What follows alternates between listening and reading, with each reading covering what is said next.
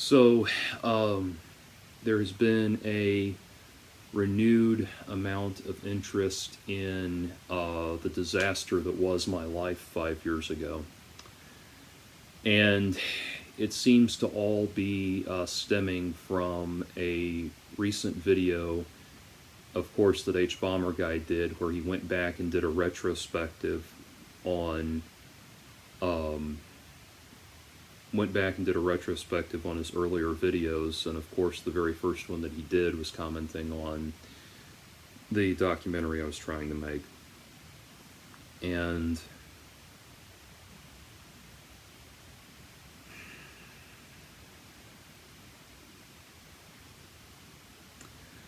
I know, Harris, by the way, Harris, you will notice that I signed up for your Patreon as a Patreon backer. That was so that I could watch the video.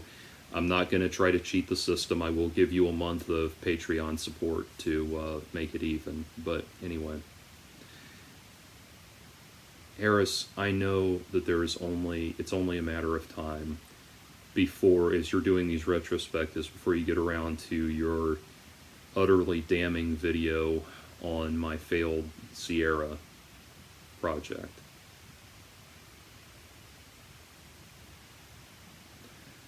And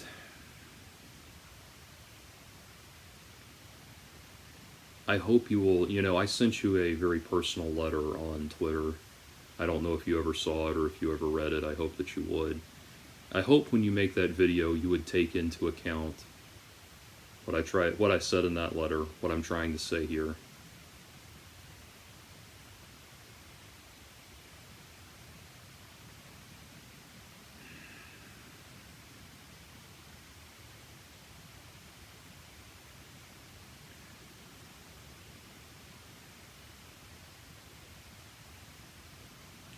The person that I was portraying myself as in my earlier blogging incarnation was two things. It was a conscious and deliberate attempt on my part to overplay myself for comedic value and try to be funny. But it was also a person who was caught up in this demonic force that is YouTube pseudo fame.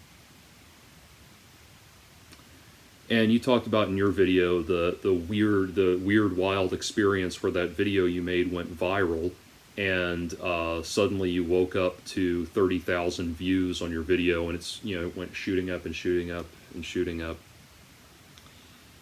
And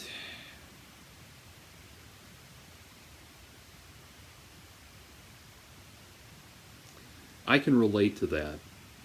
And you're gonna think, yeah, I'm looking down. I know you're gonna say I'm looking at notes or something. I'm not. I assure you, it's just a guitar effects processor. But I can relate to that feeling. I mean, I remember when I got to the level of YouTube notoriety that I could put up a video and it would instantly get the 301 plus views, because it would just instantly have more than 300 people looking at it as soon as it went up. And it's a similar feeling. And it's weird because I see in you a great deal of that. And, that over-the-top self-aggrandizement, and the best I can say is I hope you have a better sense of self than I did now than I did at the time. It seems like you do. But,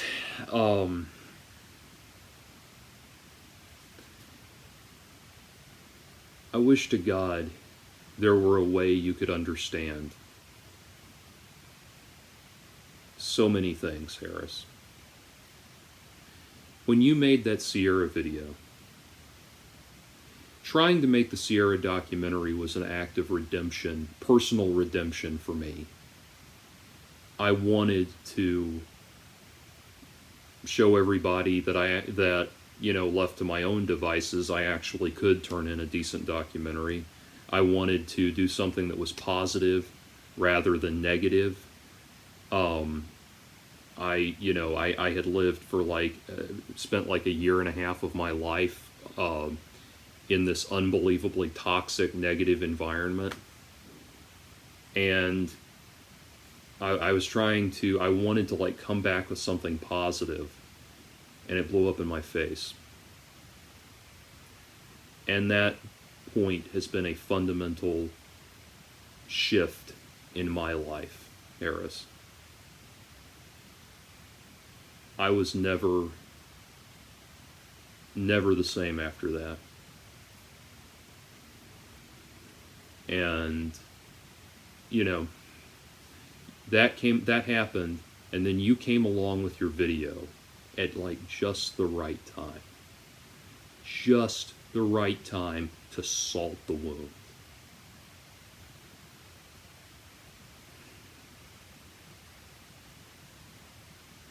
And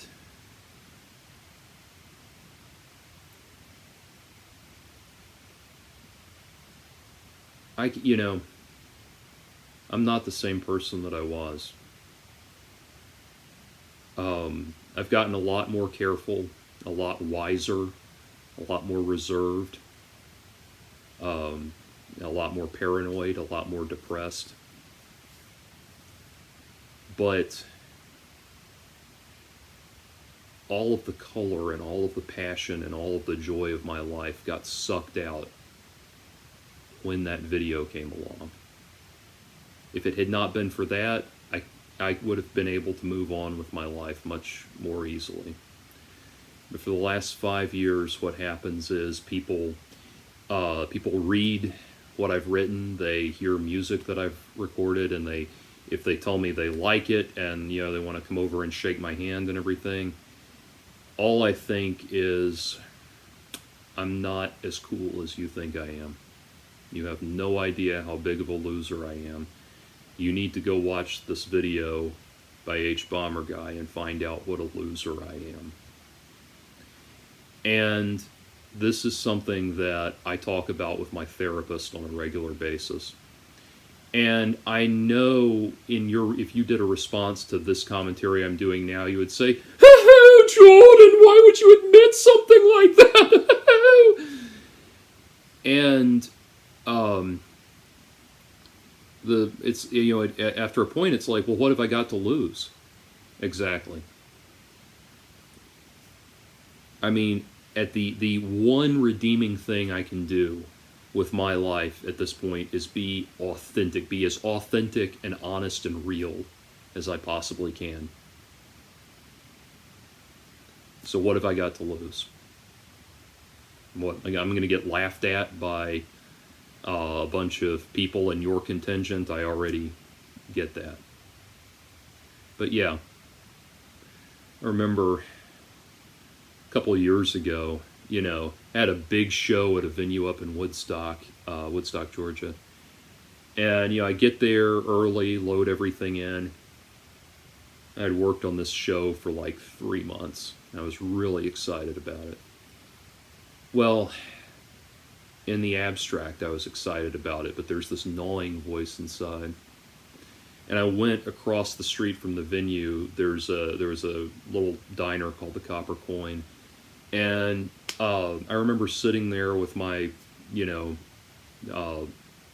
egg and bacon or sausage sandwich or whatever it was, and my tea, and just sitting there looking back across the street at the venue and thinking, I have been working on this for months. I feel absolutely nothing. Because the thing that defines me is this video. That's it. And I won't lie to you, Harris. All it takes is one shit comment from one of your viewers, and it ruins my day. Completely ruins my day. And I've been working on it for 5 years, man.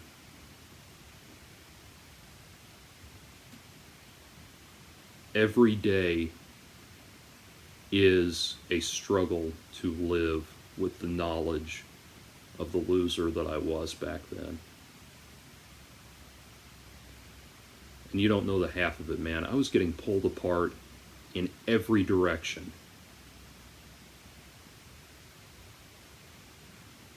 You know, there were matters with the production that I can't discuss, but it's a blank everyone can fill in. And then there were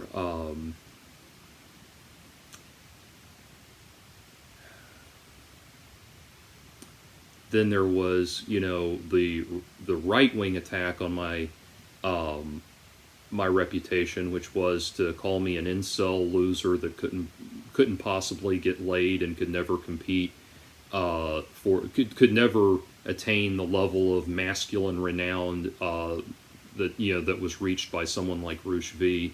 There was that coming in, and that, you know, that digs into, I think, the insecurity that we all have about all men at least have about not being as popular with the opposite sex as they would like to be, and that includes even the pickup artists that score with 200 or 300 women. So there was that, and then there was the left-wing thing in the public discussion, ripping my guts out,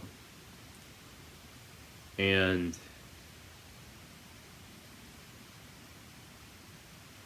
in 5 years, I have never been able to regain the confidence that I had.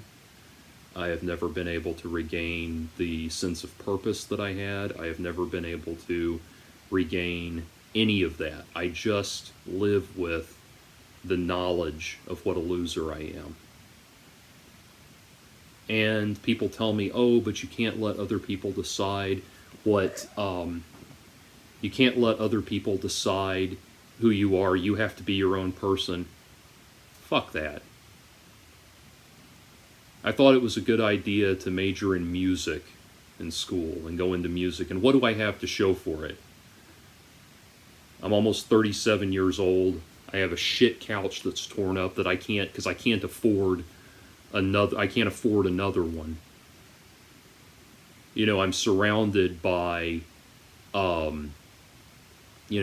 surrounded by classmates from high school that are all pulling in, you know, six figures now because they had the very bright idea to go become lawyers and doctors and all of that stuff.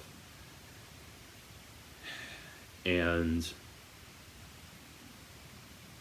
at 36, I'm still trying to figure my life out, still trying to get things together. And I know it comes back to, oh, but you can't compare yourself to other people.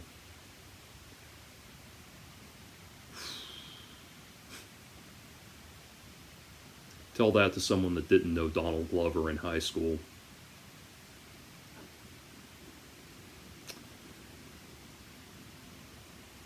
And this is off the cuff. This is, I'm sure, another disaster, another embarrassing failure. All I know how to do is make embarrassing failures. And, when I say that, I know that my regular viewers are going to want to come in and say, oh, well, I liked this thing, this music that you did, or I like this writing that you did, or I like this, that, or the other. That's great.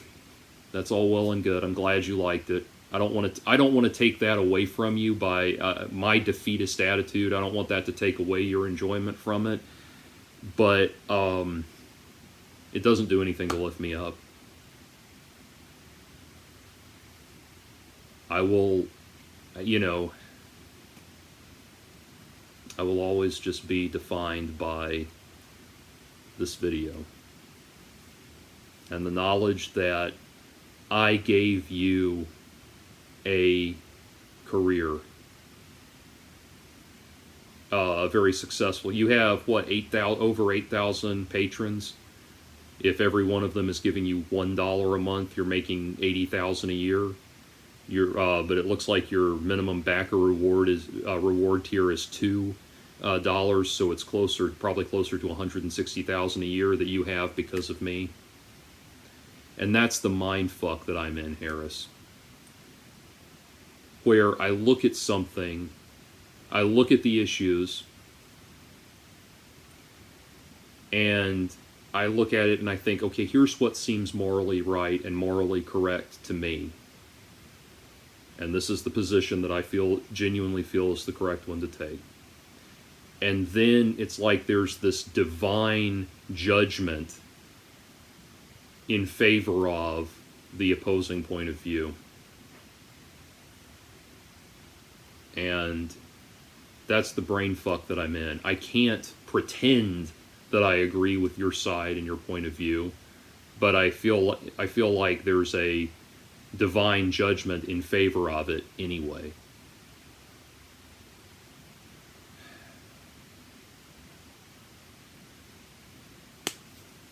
How am I doing on time? 16 minutes. Feels like it's been about 4 hours. I'm sure, this, you can call this another YouTube meltdown and that kind of thing. But I look back at that time in my life. I don't recognize the person that I was. I hate myself every day for allowing myself to become known by that cartoon caricature of myself. I hate looking back at myself and seeing myself when I was 70 pounds heavier than I am now. I hate looking back, and it's weird. I hate looking back at myself when I was confident. I really hate it.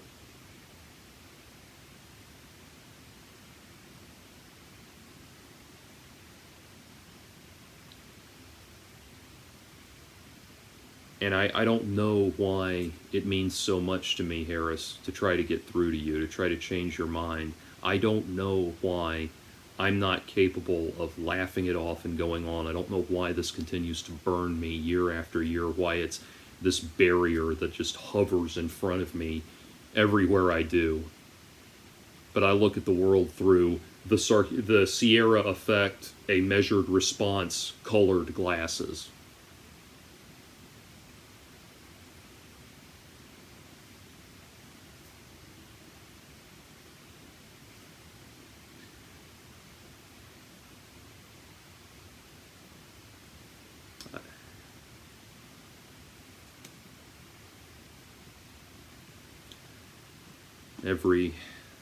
Every success that I have feels dishonest, and every failure that I have feels like confirmation.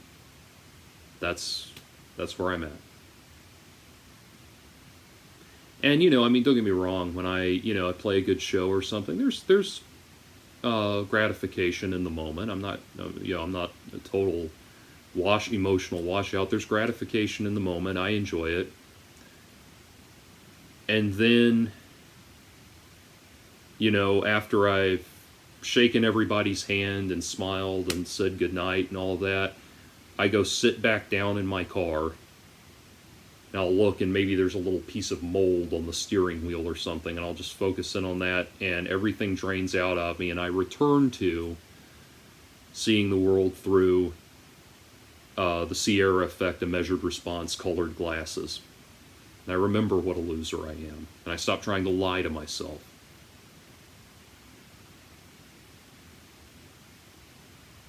And what I carry with me, the lesson that I learned, Harris, I learned in the moment of that. Somebody said something comment on your video, I love seeing Jordan Owen get treated the way he treats people.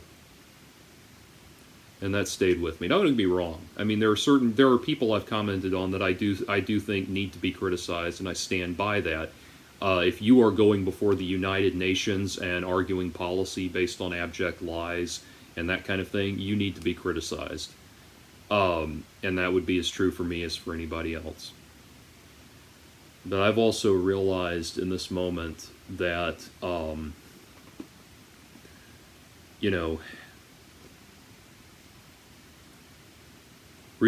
I look at it as like a cross to bear realizing the pain and suffering that I've probably caused, emotional pain and suffering I've probably caused other people with my online presence. I bear this cross to be reminded so that I am never so confident and never so cocky as to return to that.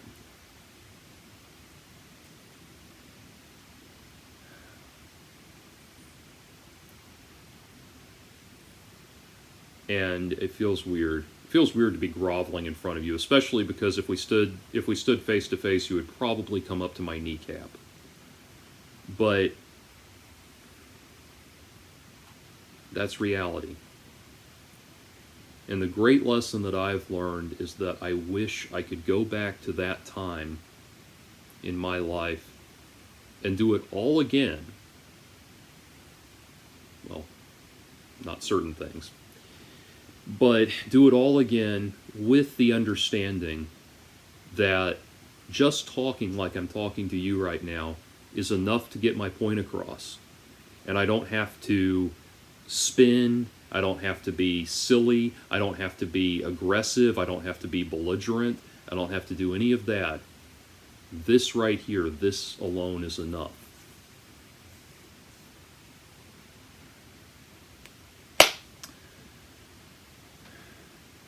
And there are things that I want to do. You know, it's just like I've been writing my new book.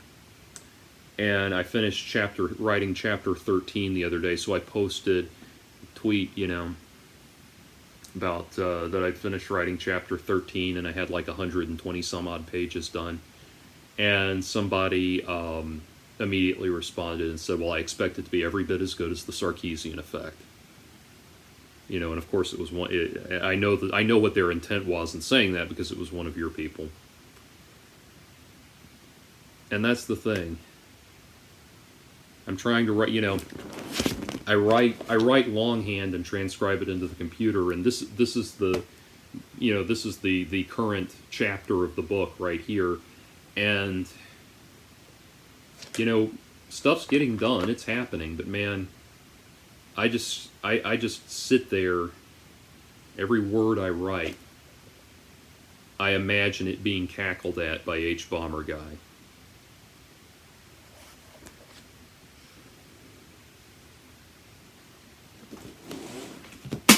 And, you know, you're not the first bully I've encountered, Harris. And I know you don't see yourself as a bully. But that's what you are. You know, put it this way. My granddad used to tell my dad, if somebody ever picks on you in school, you beat the living hell out of him every single time you see him until he's too terrified to be anywhere near you. Now I ask you, is that an appropriate response to dealing with one bully? Is to become an even bigger bully? I don't think so, because after a certain point, what you've done is going to outshine what the other person did. At some point, it's going to switch over, and you will become the aggressor. I mean, that's the message, the ultimate moral of Beowulf, even. Oh, Jordan, why would you say something? The one-man laugh track to my life, the last 5 years of my life.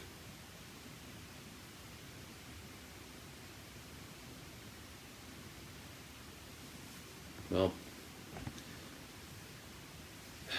you know, pretty soon I'll come up with another YouTube video saying, hey guys, wanted to tell you about this new project, blah, blah, blah, that I'm doing. I hope everyone will go check it out, but you know, all of that stuff. Just know that that's an act. This is what it's like day to day.